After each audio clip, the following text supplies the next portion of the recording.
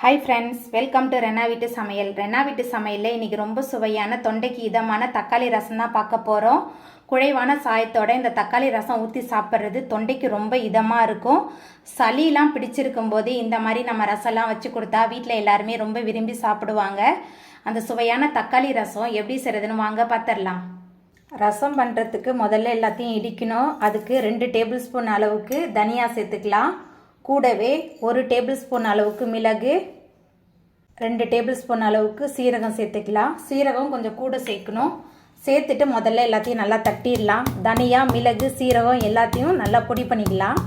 ரசத்துக்கு இடிக்கும்போது ரொம்ப பவுடராக நம்ம இடிக்கக்கூடாது. கொஞ்சம் இந்த மாதிரி நிறையா இருக்கணும். அப்போ தான் ரொம்ப சுவையாக இருக்கும். ரசம் நல்ல மணமாகவும் இருக்கும். இது கூடவே 6 பல் பூண்டு தோலோடு சேர்த்துக்கலாம். சேர்த்துட்டு மறுபடியும் நல்லா தட்டிடலாம். பூண்டு சேர்த்து நல்லா தட்டியாச்சு. இப்போ இதை தனியாக எடுத்து வச்சுக்கலாம். தக்காளி ரசம் பண்ணுறதுக்கு கொஞ்சமாக புளி தண்ணி எடுத்து கரைச்சி வச்சுருக்கேன். புளியோட அளவு குறைவாக தான் இருக்கணும். இது கூடவே 2 பழுத்த தக்காளி சேர்த்துக்கலாம். அதுக்கப்புறமா கல்லுப்பு சேர்த்துக்கலாம். சேர்த்துட்டு கையால் நல்லா கலந்து வச்சிடலாம். பழுத்த தக்காளி தான் தக்காளி ரசத்துக்கு ரொம்ப சுவையாக இருக்கும். ரசத்தை பொறுத்த வரையும் கைக்குன்னு ஒரு மனம் இருக்கும். நம்ம கையாலேயே எல்லாத்தையும் நல்லா கலந்து விட்டு பிசைஞ்சு சமைக்கும்போது ரசம் ரொம்ப சுவையாக இருக்கும். ரசத்துக்கு முடிஞ்ச வரை புளியோட அளவை குறைச்சிட்டு தக்காளியோட அளவை கூட்டிக்கோங்க. அப்போ தான் ரொம்ப சுவையாக இருக்கும் ரசம்.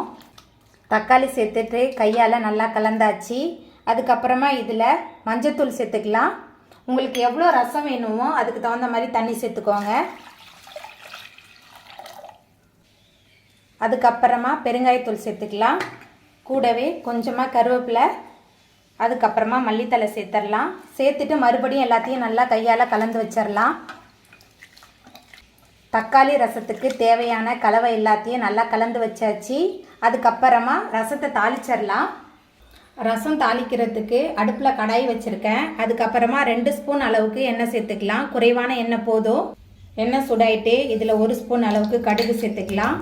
1/2 ஸ்பூன் அளவுக்கு வெந்தயம். கடுகு வெந்தயம் ரெண்டுமே நல்லா பொரிய ஆரம்பிச்சிருச்சு. அதுக்கப்புறமா 2 காஞ்ச மிளகாய் கிள்ளி வச்சுருக்கேன். காய்ந்த மிளகாய் சேர்த்துக்கலாம். அதுக்கப்புறமா நம்ம இடிகல்ல சேர்த்து இடித்த இந்த பொடி சேர்த்துக்கலாம். சேர்த்துட்டு நல்லா கலந்து விட்டுடலாம்.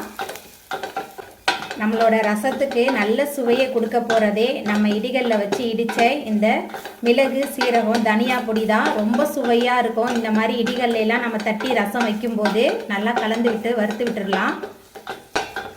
எல்லா நேரமும் நமக்கு பர்ஃபெக்டாக ரசம் வரும்னு சொல்ல முடியாது. இந்த முறையில் நீங்கள் ட்ரை பண்ணி பாருங்கள். ரசம் ரொம்ப சுவையாக இருக்கும்.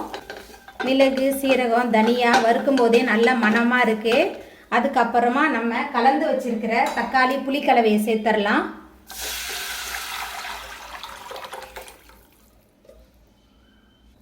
தக்காளி புளிக்கலவை சேர்த்தாச்சு. நல்லா கலந்து விட்டுறலாம். அதுக்கப்புறமா ரசம் கொதிக்கக்கூடாது. அங்கங்கே நுரத்தட்டி வரணும். அது வரைக்கும் அடுப்புலேயே இருக்கட்டும்.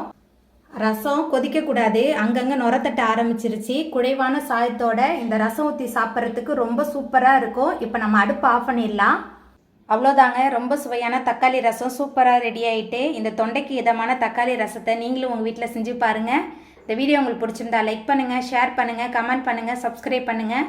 அப்படியே பக்கத்தில் உள்ள பெல் பட்டனையும் கிளிக் பண்ணிடுங்க. நன்றி.